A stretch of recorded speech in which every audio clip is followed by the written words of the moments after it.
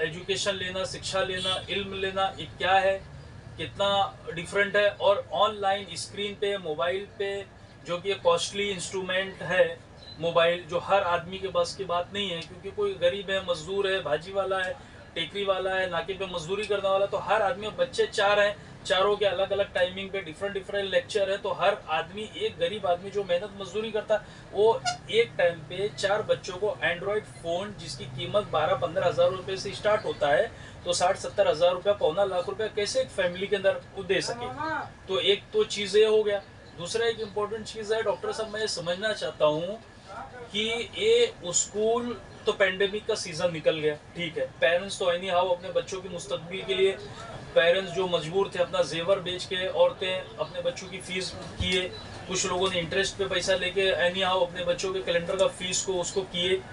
लेकिन अभी जो एक स्कूल का नया जो चेहरा आ रहा है सामने, डॉक्टर साहब मैं आपके माध्यम से समझना चाहता हूँ, क्योंकि मेरी भी एनजीओ है राइजिंग वुमन फाउंडेशन, में उसका जनरल सेक्रेटरी हूँ, और कई सारे एनजीओ से मैं जुड़ा हूँ, जो रायगढ़, रत्नागिरी, पालघर, थाना, बॉम्बे जैसे स्टेट में कई जिला में हम काम करते हैं। तो स्कूल अभी मल्टीपर्पज शॉपिंग सेंटर होते जा रहा है। शायद आपके भी बच्चे और हमारे भी बच्चे, यानी स्कूल से यूनिफॉर्म लेना है तो स्कूल से लीजिए आप यूनिफॉर्म।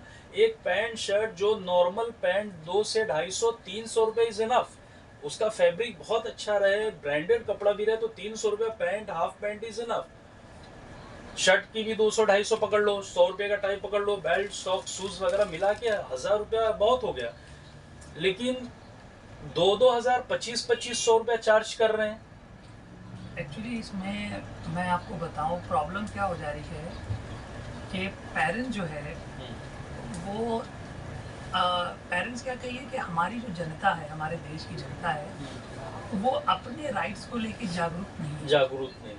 जी। जिसका एडवांटेज हर सेक्टर में हर कोई उठा रहा है इधर पे। बरोबर। एक हमारा कॉन्स्टिट्यूशन ने साफ तौर से कहा है, हमारी एजुकेशन पॉलिसी है कि एजुकेशन है नॉन प्रॉफिटेबल होना चाहिए। 100% एजुकेशन और हॉस्पिटल, दो ऐसा बिजनेस है नॉन प्रॉफिटेबल होना चाहिए, और सबसे ज्यादा प्रॉफिट इसी में। तो अब उसमें क्या, अभी जैसे आपने बताया यूनिफॉर्म बेच रहे हैं, बुक्स बेच रहे हैं, बहुत सारी बेच रहे हैं, ये गवर्नमेंट के लोगों के नाक के नीचे सारा काम हो रहा है। और हैरत की बात क्या है, स्कूल बाकायदा नोटिस निकाल करके कह रहा है कि बुक यहाँ से लेना है, ये करना है, वो करना है, जबकि अगर हम गवर्नमेंट के पॉलिसी को देखें, जीआर को देखें, उसमें साफ लफ्ज़ों में कहा है कि स्कूल ये एक्टिविटी नहीं कर सकता, अगर करेगा तो उसके ऊपर एक्शन लिया जाएगा।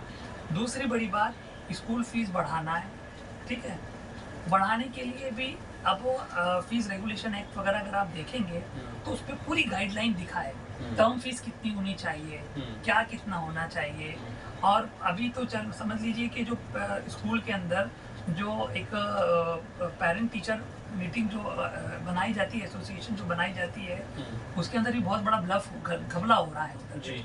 उसमें क्या होता है कि स्कूल ज़्यादातर जो गवर्नमेंट की गाइडलाइन को किनारे कर करके अपने मनपसंद लोगों को, पेरेंट टीचर जो एसोसिएशन बनती है, अपने लोगों को बना करके और अपने हिसाब से रेजोल्यूशन पास करवा दे रहे हैं। और उसका सबसे बड़ा मैं कहूँ, अगर कोई इसका नेग्लिजेंस जिसकी तरफ से हो रही, पेरेंट्स की तरफ से होती है जी। कोई जानने की कोशिश नहीं करते, वो क्या अपनी जान छुड़ाते हैं, जाने बच्चे जाने दो, हमको सबसे क्या लेना देना।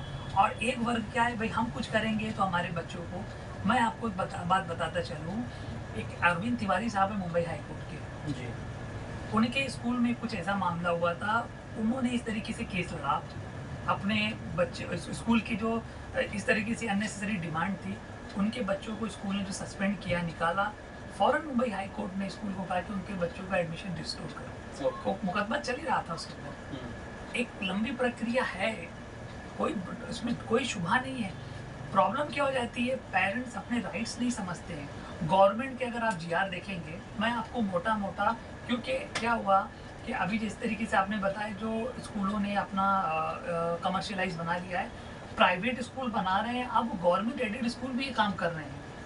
आप गवर्नमेंट एडेड स्कूल में आप देखिए, जबकि उनकी फीस 800 से लेकर 1000 रुपया एनुअली से ज़्यादा नहीं होना चाहिए। कहीं जगह 5000 है, कहीं 10,000 है, कहीं 14,000 है, कहीं 25,000 है। मैं आपको एक सबसे बड़ा एग्जांपल दूंगा, हंसराज स्कूल जो है अंधेरी के अंदर है, वहाँ पर अंधेरी वेस्ट में उसने कुछ 25,000 या 45,000 बहरहाल कुछ अमाउंट चार्ज कर रहा था। तो उसको जो फीस रेगुलेशन कमेटी के पास जो भी मुद्दा मामला गया डिस्ट्रिक्ट फीस रेगुलेशन कमेटी के पास, तो वहाँ पे जजमेंट आया जो कमेटी का था कि भाई आप गवर्नमेंट एडेड स्कूल हैं, आप जो है इतना पैसा कैसे चार्ज कर सकते हैं। तो स्कूल ने क्या बताया कि हमने एजीएम के अंदर सारे पेरेंट्स से सहमति ली थी। अच्छा। कि हम एक्स्ट्रा पढ़ाई एक्स्ट्रा करिकुलर एक्टिविटी कराएंगे तो उसके ये चार्ज होंगे, वो राजी होंगे तो करवाएंगे। तो एडवोकेट अरविंद तिवारी साहब कहते भाई आप गवर्नमेंट का जीआर बताओ ना, वो आपको ये दे ही नहीं रहा है कि आप ये कर सकते हो, बताओ कहाँ पर है ये। तो प्रॉब्लम क्या होता है, पेरेंट खुद अपनी ये चीज कर ले जाते हैं। और लीगली टर्म्स में आप देखा जाए तो साफ तौर से लिखा है कि स्कूल जो है पेरेंट्स की मर्जी के बगैर फीस नहीं बढ़ा सकता। फीस बढ़ाना है तो जो उनकी कमेटी है बैठी है, बातचीत हो रही है, उसको स्कूल को अपना पूरा डेटा देना पड़ता है, ऑडिटेड बैलेंस शीट देनी है। राइट। और स्कूल की इनकम कहाँ से आई वो भी बताना पड़ता है। वो सब माइनस करने के बाद अगर स्कूल को सरप्लस इनकम हुई है सोर्स दूसरे जरिए से, तो वो सरप्लस फंड को बच्चों के फीस में एडजस्ट करना है। समझ रहे हैं आप इस बात को? जी, जी, जी। ये नहीं है कि भाई आप इधर से भी इनकम ले रहे हो, फीस से भी इनकम ले रहे हैं। अगर आपको सरप्लस फंड आ रहा है तो आप फीस नहीं बढ़ा सकते हो। फिर आप नुकसान में जा रहे हो तो फिर आप बढ़ा सकते हो उधर पे। लेकिन अगर आप ये सारी प्रक्रिया देखेंगे, ना ही स्कूल करता है ना ही पेरेंट्स करता है। ऐसे ही एक मनमानी हमारे यहाँ कलीना में हुई थी, एक स्कूल थी, तो बहुत धड़ल्ले से पिछले साल परेशानी हुई थी वहाँ पे लेकर के। जो वहाँ के मैनेजमेंट से बात किया गया और उनसे जब बोला गया कि भाई आप ऑडिटेड बैलेंस शीट दो, तो पेरेंट्स ने ये आप बताया हमको कि भाई उनके जो स्कूल के जो मैनेजमेंट थे, कोई प्रीस्ट थे, तो उन्होंने सीधा कहा क्या मैं तुम्हारे कपड़े उतारूँ तो कैसे लगेगा, मैं तुमको क्यों ऑडिटेड बैलेंस शीट दूँ, तुम होते कौन हो। मतलब आप ये तरीका देखिए, वो पेरेंट्स जिसकी वजह से आपकी स्कूल चल रही है उनसे पूछ रहे आप होते कौन हो। तो फिर यार मैनेजमेंट ने बहुत सख्त रवैया किया और आप देखोगे उसने एक वो निकाल दिया, नोटिस निकाल दी, आने वाले साल की फीस अगर आपने स्कूल के एकेडमिक ईयर चालू होने से पहले फुल अगर आपने नहीं भरी तो आपके बच्चों को स्कूल के अंदर एंट्री नहीं मिलेगी। अब दादागिरी देखिए। अब यहाँ पे दो चीजें हुई है भाई, गवर्नमेंट की पॉलिसी की धज्जियां तो उड़ी है, चाइल्ड राइट्स का भी सत्यानाश कर दिया इधर पे लेके, तो उसको लेके एक बड़ा मूवमेंट चला वहाँ पे। मेरे ख्याल से 500-600 पेरेंट्स कुछ एक तरफा आए, हमसे रब्ता कायम किए। फिर मैंने बताया बहरहाल आप ठीक है यही जगह जाइए। अब वो जगह गए तो वो डिपार्टमेंट ने हमको बुलाना चालू कर दिया। बहरहाल एक ऑर्डर निकला मुंबई म्यूनसिपल कमीशन की तरफ से, वो स्कूल को एक इंस्ट्रक्शन भेजा गया कि आप एक साथ फीस नहीं ले सकते। और खास करके गवर्नमेंट की जीआर में भी लिखा हुआ है आप नहीं ले सकते, आपको 3 या 4 इंस्टॉलमेंट एज पर पेरेंट्स की उसके देना पड़ेगा, और फीस नहीं भरने की बिना पे आप किसी बच्चे को निकाल नहीं सकते। कुल मिला के डॉक्टर साहब ये है कि लूट चालू है, स्टाइल थोड़ा सा चेंज हुआ है, स्टाइल जो है चेंज हुआ है, लूट चालू है, प्रोफेशन बदल गए। जो बुक्स जो पूना बोर्ड के बुक्स हैं वो ऑलरेडी हर स्कूल के बच्चों को कंपलसरी है कि भाई आप पूना बोर्ड की जो टेक्स्ट बुक वगैरह होते हैं और वर्क बुक जो भी पैकेज उनका होता है वो 600, 750 उसके अलावा भी कई स्कूल बुक्स नहीं वही मैं बता रहा हूँ सर आपको। जी मैंने देखा है। अभी फॉर एग्जांपल बाल भारती है, एक इंग्लिश बाल भारती है, एक सब्जेक्ट है ना, मैंने देखा है कि उसके अलावा भी एक 2 बुक्स मंगाई। वो मेन है, वो उस पे मैं आना चाहता हूँ। गंभीर वो है कि जो स्टेट बोर्ड की जो बुक्स हैं, टेक्स्ट बुक है, वर्क बुक है, जिसके गाइडलाइंस के अंदर एजुकेशन मिनिस्टर के और उनके ऑफिस की तरफ से जो गाइडलाइंस है कि भाई बच्चों को ये दिया जाए, वो तो 600, 650, 700 में आ जाता है। लेकिन उसके अलावा हर स्कूल एक बंडल बना के देती है जो 5,000, 7,000, 8,000 रुपये चार्ज करती है। जो उनके प्राइवेट बोलते कि बच्चों की स्किल डेवलपमेंट पे हम काम कर रहे हैं, बच्चों को मतलब एक्स्ट्रा नॉलेज के लिए, जो उनके कुछ प्रोफेसर और कुछ उनके पालतू लोग समझ लेंगे कि जैसे अपने कुछ हायर कर लिए, कुछ एजुकेशनल क्रिमिनल हायर कर लिए। अगर मैं क्रिमिनल भी बोलूँ तो गलत नहीं होगा, क्योंकि ये स्टाइल अलग है, बाकी लूट चालू है। तो वो बंडल का बंडल बना के देते हैं और 5,000, 6,000 रुपये चार्ज करते हैं। अगर एग्जैक्ट कैलकुलेशन किया जाए तो 1,000 से 1,500, 2,000 is enough amount for full packet, और पूरा पैकेट 2,000 रुपये में। लेकिन अगर वो 7,000 रुपये चार्ज करते हैं तो benefit amount 5,000 rupees per head, हर बच्चों को 5,000 रुपया देना है स्कूल को। एक क्लास में अगर 50 बच्चे हैं तो 50 मल्टीप्लाई बाई 5,000 रुपया आप कर लीजिए, 2.5 लाख रुपया एक हो गया। और एक क्लास के 4 डिवीजन होते हैं, यानी ABCD, अगर हम वो 2.5 लाख को 4 में डिवाइड करेंगे तो 10 लाख। तो अगर 10 लाख को हम डिवाइड SSC अगर 10वीं तक करें तो 1 करोड़ रुपया, यानी स्कूल का शटर उठाने और ट्रस्टी और स्कूल ऑनरों के 1 करोड़ 1.5 करोड़ 50 लाख रुपया जेब में आ गया। अच्छा, कमाल ये बात है जो पेरेंट्स जागरूक होना। अब सोसाइटी के अंदर मैंने देखा है कि एक पेरेंट्स अगर फीस को लेके या उस स्कूल की मनमानी को लेके अगर कोई आवाज़ उठा रहा, बात बहस कर रहा है, कमाल की बात ये है कि 10, 15, 20, 50% पेरेंट्स वहाँ पे मौजूद हैं और उनको भी सेम प्रॉब्लम है, लेकिन उसके साथ ताल से ताल मिलाने को तैयार नहीं, उसके साथ आवाज़ बुलंद करने को तैयार नहीं है। इस पे एक बात बताऊंगा, मुझे एक ने बताया कि एक जगह स्कूल के अंदर एक कुछ बुलाया वहाँ के मैनेजमेंट ने, जिन बच्चों का एडमिशन हो गया था उनके पेरेंट्स को कुछ बुलाया कि भाई आपकी ये एडमिशन हो गया है, ये फीस है, इतनी भरनी है आप लोगों को लेकर के। तो एक पेरेंट्स खड़ा हुआ जी, उस इतने सारे पेरेंट्स के बीच में, उसने पूछा भाई आप इतना फीस चार्ज कर रहे हो, ठीक है, बढ़ा रहे हो क्या, आप किस बेस पे बढ़ा रहे हो, कुछ आप इसका आधार है? तो उस मैनेजमेंट के लोगों ने, अब जैसा मैंने सुना है, उन्होंने कहा आपके बच्चों को पढ़ाना है तो पढ़ाओ, नहीं तो लेकिन यहाँ से लेके चलो, बिल्कुल रफ एंड टफ आ जाते हैं। बिल्कुल वहाँ पर जिस तरीके से आपने बताया ना, 20 वहाँ पूरे पेरेंट्स बैठे हुए हैं, लेकिन कोई नहीं आया। लेकिन होता क्या है, देखिए कहीं ना कहीं एक आपको आगे आना पड़ता है। मैंने देखा है कि जब मुद्दा बोलते ना पानी हाथ से ज़्यादा गुजर जाता है तो उठता है। तो मैंने बताया ना कि एक जगह स्कूल का मैटर हुआ, इस तरीके से लोग ने नज़रअंदाज किया।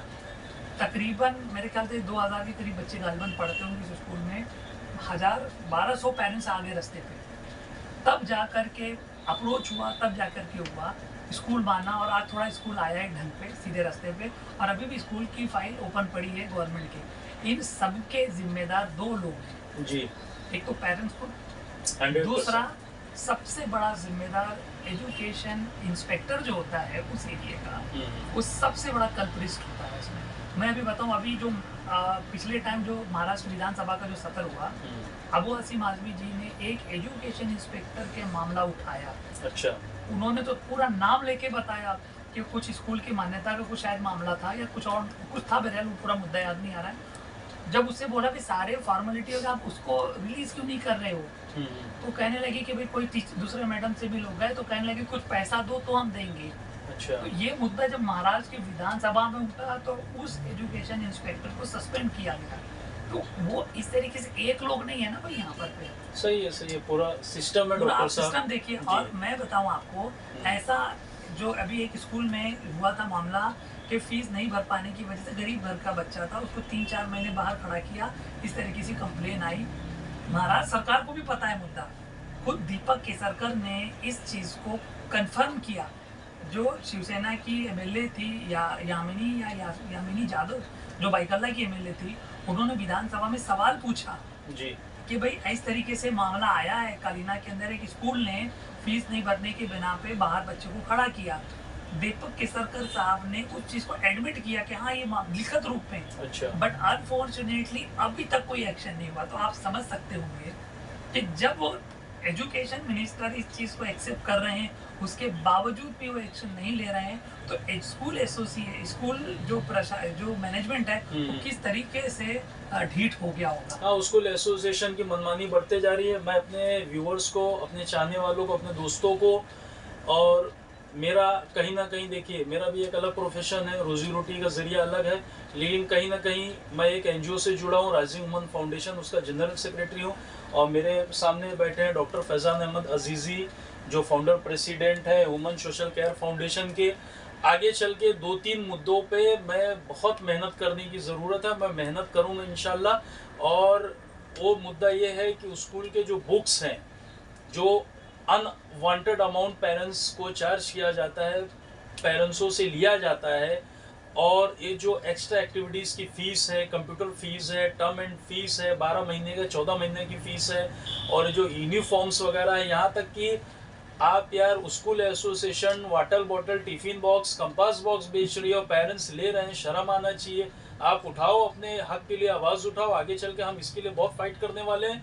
आने वाले साल में हम बहुत बेहतरीन इसके लिए फाइट करेंगे डॉक्टर साहब से मिलकर। आप हमारा साथ दीजिए और अगर मेरा वीडियो आपको पसंद आए और जागरूक करिए पब्लिक को, आवाम को जागरूक करिए, क्योंकि जब तक आप के अंदर वो चीज़ जज्बात नहीं आएगा सही और गलत के लिए लड़ने के लिए, आपके लिए कोई खड़ा नहीं होगा। मैं डॉक्टर फैज़ान अहमद अजीज़ी साहब का बहुत तहे दिल से शुक्रिया अदा करूंगा और बोलूँगा अपने बारे में थोड़ा सा इंट्रोडक्शन दे दें, क्योंकि स्टार्टिंग में इंट्रोडक्शन रह गया था, तो प्लीज़ अपना इंट्रोडक्शन दे दें सर।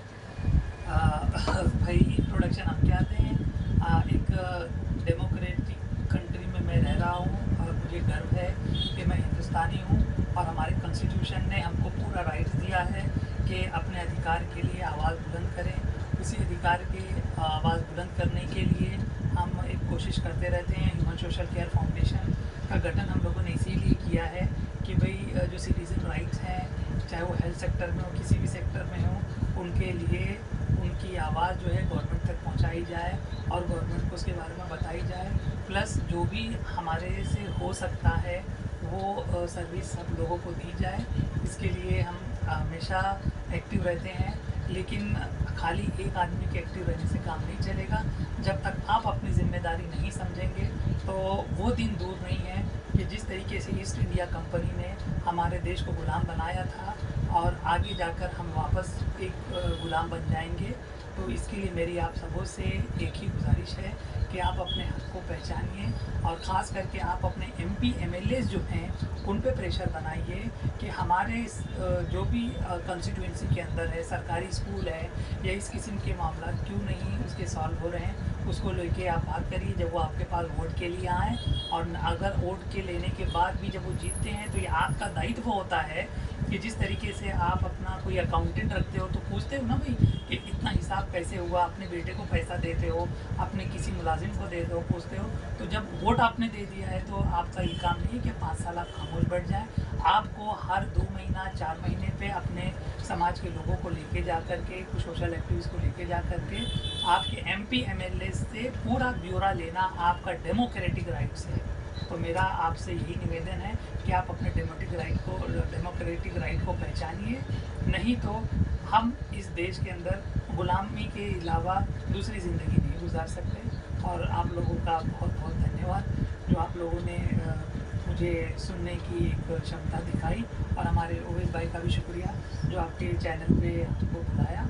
और उम्मीद करता हूँ कि आगे से भी ओवैस भाई इस तरीके का प्रोग्राम करेंगे और हमसे जो सहयोग होगा पूरा करेंगे। There is no life without education.